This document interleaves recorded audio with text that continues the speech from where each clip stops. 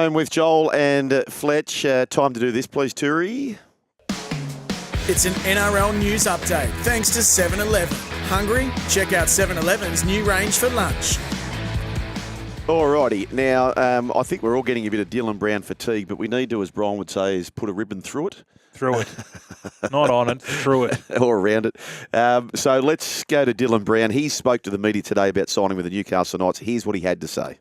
Been here a long time now, so there's relationships everywhere that I'm obviously going to miss.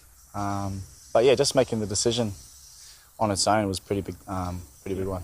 Knights have put a lot of faith in me, and they obviously put 10 years there in front of me. I didn't think I was going to leave this club ever, to be honest. I've been there a long time, and I've never really wanted to leave. But yeah, like you said, there's other reasons to leaving. It's my family, it's my future. So the game's not long, and I'm trying to look after myself and my family. So I'm happy with my decision now. Look, I've obviously met with them, and we've discussed the way we're going to play. Numbers on the back haven't really been discussed, but yeah, no, there's obviously a lot of talent there, and yeah, I can't wait to go there next year. Yeah, look, I've obviously been a 6 all my career. Last year I've sort of had an opportunity to fulfill that number, and I'm learning on the go. Obviously, if nothing happens quick like that, it takes time. This year, obviously, Mitch has been out, so I've got more practice, but yeah, if that happens, I'm willing to learn. I'm willing to take on the challenge. Yeah, look, everyone's entitled to their own opinion, but I'm the one on the footy field, so I'm doing my best. That's all I can do, and when I go to the Knights, nothing's going to change. Some people are saying that the Knights have paid overs for you. What would you say to them? Once again, everyone's entitled to their own opinion. I play the best that I can, and offers are obviously been put in front of me, so I'd be silly not to take it. Money's never really been a thing for me. It's the 10 years security. I just signed a deal with Para before then, and that was 10 years, and that was purely based on security as well. So, like I said before, it's for my family and it's for my future in the game. Dylan Brown, it was the only answer. You had to take it. Well done to you, young man. Congratulations. He spoke really well. Of course he did. As Gibbo would say, there's no ducks and drapes there. There's no ducks and drapes. He was very, very forthright. Yes. Is the word I'm looking for. Some of those contracts can be ducks and drapes with these clauses, Brian. He was also asked about his contract and if his deal included any clauses this time around. A lot of the talking's actually been done by my manager, so that's what took so long to make the decision.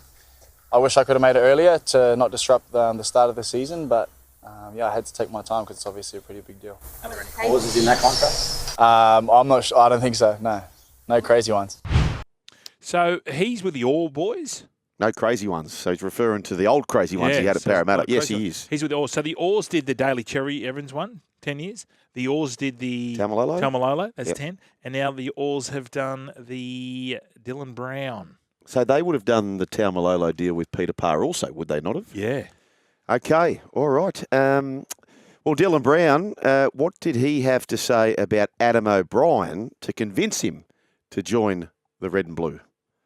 Look, nothing massive. Obviously, we had that conversation, which was private, but he just encouraged me. Was a fan of my game and just encouraged me to play out of my skin, and he wanted me to do that at their club. So. Yeah, obviously the team was a factor. You look at the club and they've got good players. You know, I feel like they're quite similar to us in the way we play. They're competitors, and like you said, they've got Caleb Ponga at the back, and they've got some. You know, Fletcher Sharp. He's an amazing player too. So obviously looked at those people when I was making my decision, and yeah, I'm happy to go join them. Alrighty, Adam O'Brien, what did you have to say about the signing of your new prized icon, Dylan Brown? I'm not talking about Dylan Brown. I'm willing to talk about the Dolphins round 1 here. The Dylan Brown situation's got a process to go through, and I reckon I'll respect that process. I understand that question, but the club, there will come a time and place to talk about Dylan, but right now I'm focused on tomorrow night with the halves that we have there.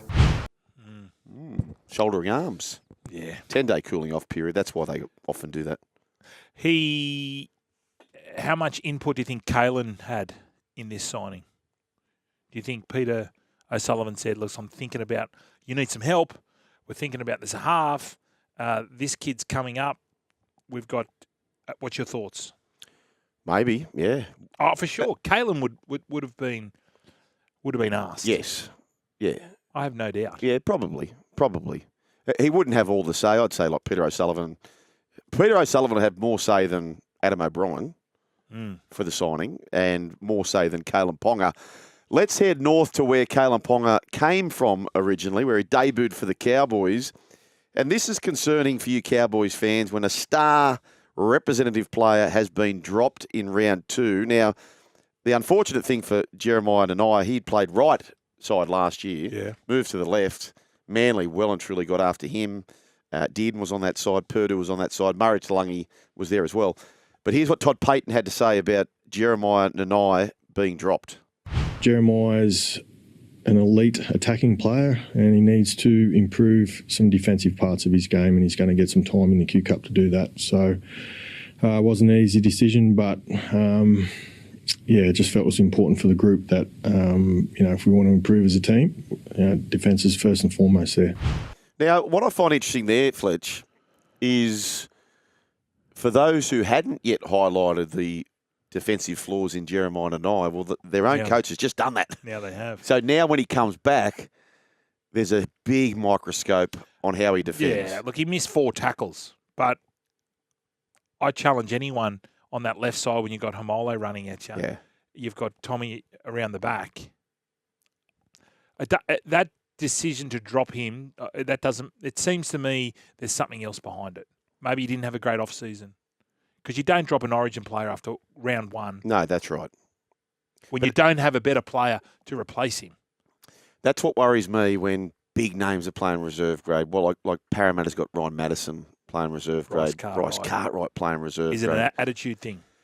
Because they're good enough to be playing first. Remember Nelson got dropped too from Melbourne. Yeah, but that was for coming off the off-season, wasn't it? Was it?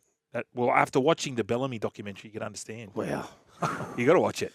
I can't wait. It's making me anxious, like as a former player, and I don't even play there. I'm going, oh my gosh, I don't want to be called out. Like he was just, and he stares at everyone. Oh, he made a great comment. It was a grand final, and he said, "This is our wave.